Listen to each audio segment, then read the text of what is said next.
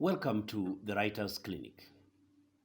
In this playlist, we try to bring you information that will enable you become a better creative writer. Indeed, we have looked at a number of aspects about creative writing. We have looked at how to write plays, we have looked at how to write poetry, we have looked at how to write many other aspects. But for today, I would like us to look at how to harness creative power. In other words, how do we get hold of the power within ourselves so that we utilize that power to write creative pieces that will be remembered forever? Welcome. Our society makes it very difficult for us to get in touch or connect with our underlying creative resources. It trains us in various ways to wall off and suppress our primary creative processes. Yet these are the processes that are crucial for creativity. Psychologists assert that we are, in most cases, ruled by our secondary processes. The secondary processes are those that are rational, logical, sensible, and realistic. All these qualities are essential in life, but when they rule us, it is usually at the cost of giving up a portion of our deeper selves. People ruled by secondary processes give up their imagination, their poetry, and their ability to play, to fantasize, to laugh, and to be spontaneous. They regress all of what Maslow called their healthy childlikeness. We say that the muses have deserted us and suffer from regression of primary processes. Let us turn to the maturity myth. We are told to give up our childlikeness in order to be mature. When we buy into that idea, we inevitably give up our creativity and make what is called a good adjustment.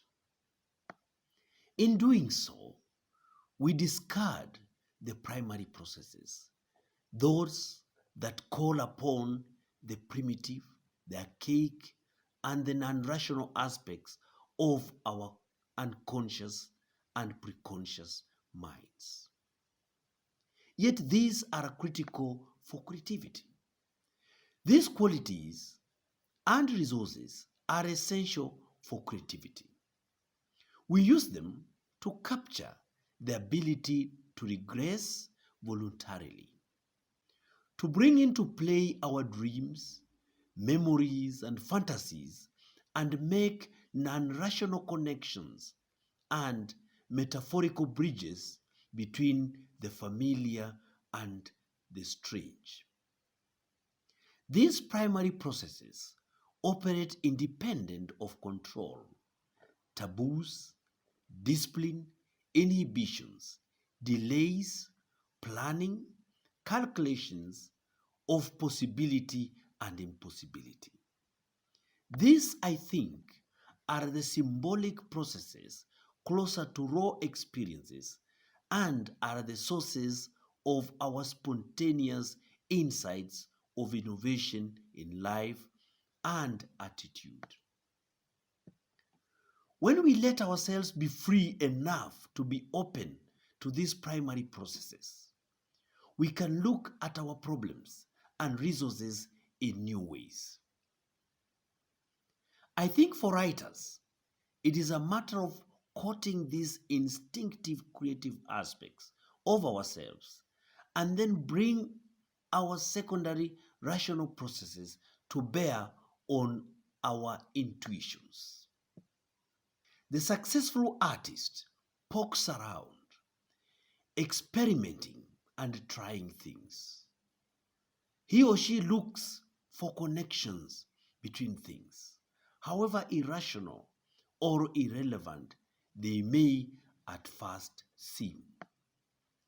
Whatever the case, every writer needs to learn how to actualize this creative power in order to get in touch with underlying creative resources.